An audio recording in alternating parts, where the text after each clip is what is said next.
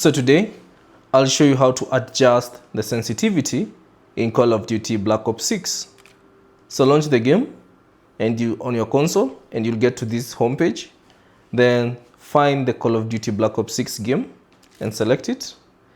And then from here, press the options button on your controller to reveal this menu. And then use the R1 or the L1 button and go to the settings icon to reveal all the settings.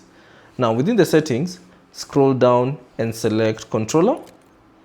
And then from here, use the R1 or the L1 button and go to the aiming section. So press L1 or R1 and get to the aiming section. And then the first option should be sensitivity multiplier. So select it.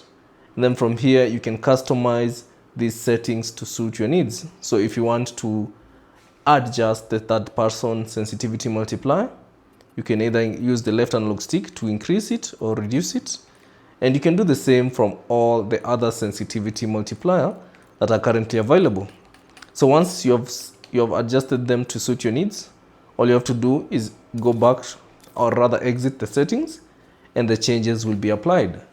So thanks for watching. If you have any questions, leave them down in the comment section below. And if you found this video useful, consider leaving a like and subscribing to the channel.